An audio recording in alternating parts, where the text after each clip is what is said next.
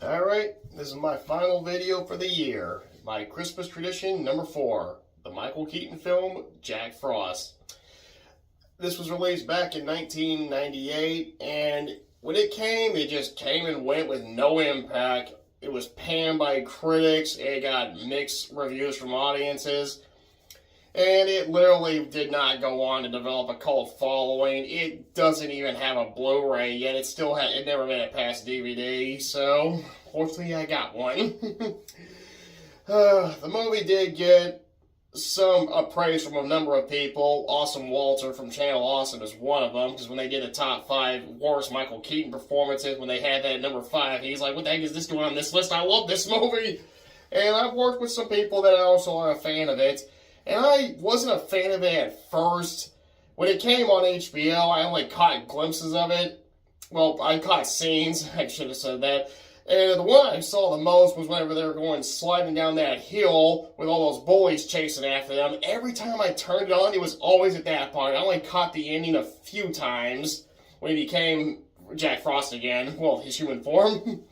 I didn't finally truly show an interest in watching this until like the mid-2000s when it was coming on TNT and TBS all the time for the during Christmas time. After that, I said, man, I'm just going to go get it. I went and bought it, watched it. I ended up really enjoying it. I thought it was actually a decent film. Or should I say, I thought it was a good movie. Yeah, I can understand it. Yes, this definitely leaves the door open for criticism. I'll definitely will talk about that. That's mainly with Charlie, to me. He's like the biggest problem of the movie, and he's the main character. Because even though it's called Jack Frost, but yeah, Charlie seems to be more the protagonist than him. Now, the movie opens up with the Jack Frost band playing at this club. They do a really good opening for the Warner Brothers logo and the title credits, and we get this song sung by Michael Keaton. Now, his singing, I heard, got panned by a lot of people, especially Golden Hound. I don't mind it. He only sings a few times in this film. I think it's only... Okay, well, if you count him repeating a song at one part at the end of the movie, it's 4 times. Okay, I believe it is. Oh, goodness. Well, they catch the attention of everybody. This guy holds a phone up and says, everybody's loving them. We gotta sign these guys. So that helps it launch his music career. Then we meet Charlie, his son, who is... well, of course, a kid in middle school taking on kids a lot older than him, the bullies, and oh goodness, they're having a good old snowball fight after school, which is pretty cool because I miss those days. Oh man, those were fun. Well, he gets the bully with the snowball after he saves Alexander. He heads home. His mother sees his report card. He's doing good. Then his father comes home because he works really late because of his music career. They build a snowman, they have a snowball fight themselves, and then Jack gives Charlie the magic harmonica. Well, unfortunately, Jack promises Charlie he'll be at his hockey game tomorrow, despite the fact that he's doing a recording. And yeah, he really should not have made that promise because he misses it and Charlie's team loses and his wife gets mad at him for promising because, yeah, I would have just said, I'm sorry, I can't make it, okay, we were too busy. So they decided to go have Christmas out in this cabin. Unfortunately, Jack gets a phone call and they have to perform on Christmas Day. Charlie's mad at him and he gives him back his harmonica. Now this is probably the problem that people have with Charlie is he's... just wants his dad always be there for him. And this is what his dad does for a living. This is what his dad does to get money to help pay for food, shelter, his education. And he's like, no, you can't do that. You just gotta be with me. See, this is why I think a lot of people have more problem with Charlie than actually the snowman that is not creepy at all. And my dad did travel a lot. And, like Tony from, I believe it's Tony from Cinemassacre, I was used to Dad not being home a lot. I accepted that this is what Dad's job was. I waited for him to come home, but whenever I knew he had to take one of his trips, I was like, well, this is what he does for a living, okay? I accept it. But when he came home, I was happy to see him. But no, I was not like, you gotta quit your job, you gotta so you can spend time with me. Dad had spent time with me when he had time to spend time with me. Fortunately, my father passed away in 2014, so I still miss you, Dad. Okay. I need a moment. Alright. Okay, come on, Sky, calm down. Okay. Well, Jack does pass away from a car accident when he has second thoughts. He just changes his mind. He wants the guy to pull over. He takes his car, which has bad windshield wipers, which caused him to have the accident. A year later, Charlie is now literally shut off. He doesn't really talk much to his friends. He quit the hockey team. He doesn't do good in school anymore, and not even the boys don't even show an interest in him. One of the boys that picks on him the most, he even says, "Tell him to get over it. I never even met my old man." Well, Charlie goes to this secret place. He then meets with Mac, Jack's band member of the Jack Frost band, Jack's best friend. He's going to watch him tonight. And Charlie is once again doing that. Well, at least he had time with someone, whatever Mac points out that they play with these people. I'm like, Charlie, stop doing that, okay? You're being selfish. That was your dad's career. That helped put, once again, food and shelter, and put food on the table, give you shelter, pay for your school, and all this other stuff. So stop doing that.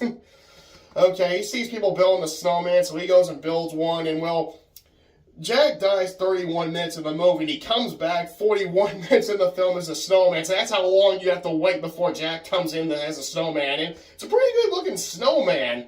It's Jim Henson. I'm hoping I said that last name right. Henson, a puppet and everything. And everybody keeps saying this thing is creepy. From Roger Ebert to Watch Mojo to Golden Hound. I'm like, wusses. He's not creepy at all. You want creepy? Watch the Garbage Pail Kids movie. Well, Jack sees his reflection after Charlie screams and shuts the window blinds. And when he sees what he's become, he's freaked out as well. And then he gets taken away by a snowplow after the dog pees on him and takes his arm and he puts it back on, which is a branch. And he does that. I saw this a lot, seen a lot too when it was on HBO. When he gets rammed into that pile of snow, ball number 2 falls off. He goes, "Hey, you, ball number 2. Me?" And then we get that head juggling with that musical score going. And then ball number 3 collapses. He puts himself back together, gets back there. His wife, Gabby, comes home, and he smiles, but he's still playing it cool, just being a snowman. He goes out, runs into Sid, gets mad at him, tries to do a comical scene where he's like, I accept it, then he screams Sid again. Charlie goes out with a hair dryer, but whatever he says, that's it, you're grounded. Charlie screams and runs off, and then we get my favorite part in the movie. No, not just yet. Well, yes, this whole sequence is my favorite part. Whenever Charlie runs to the bullies and Jack throws a snowball, gets the main one, throws another one, and then he starts doing the old shit, which is, I love this scene. I'm the Wizard of Blizzard. Charlie falls off the side of a hill. Pretty good drop, though. I think he could have broken his legs if he did land on that. But the boys come. Jack gets on a sled, puts on another sled, gets the bottom ball, throws it, launches himself, catches, and then lands, and then they slide down. We get that big slide with that song. I believe it's Hey Now Now. And yeah, this part's good. I kept catching this part on HBO. They take out the boys coming after them, one or a number of them at a time. And then until only the main one is left. And then after he sees the snowman, he freaks out, goes over the side, hits a tree, then gets hit by his own snowboard. Charlie then finally realizes the snowman is his dad when he calls him Charlie Boy. And they go home, but Jack does not want Gabby to find out he's like this. They do what they can to hide, and then Jack does the old sneaking around, hanging out with him, talks him into taking him with him, and then people see him, they're like, what the heck? It's kind of like Frosty the Snowman with the parade scene. He takes him to that secret place, and then Jack finally teaches him I believe it's the J shot. And Charlie gets it pretty good. He shoots a number of rocks through Jack, even all these holes. They go home. He tells him he still needs to do good in school and all that stuff. And then he realizes, I think I want to hold the thick on him. And when he spies on Charlie and his mom, he takes his hat off so he can lift it up over the blind so he can see what's going on. Well, Charlie gets back on the hockey team. They play, but the snow is melting because the temperature is warming, but Jack wants to be there, so he gets the dog. I believe it's Chester, played by a dog named Mr. Chips. They get down there uses a sled to get the dog going down. There's a strong dog, for the record, that can take that snowman. And he goes to the game, sees Charlie win by using the J shot. But then Charlie sees that his dad's melting, and then he gets reunited with the bully. But the bully then helps him out, and the bully does show sympathy because he never had a father. And they get into this area where that cabin was where they were going to go because it's nice and cold up there.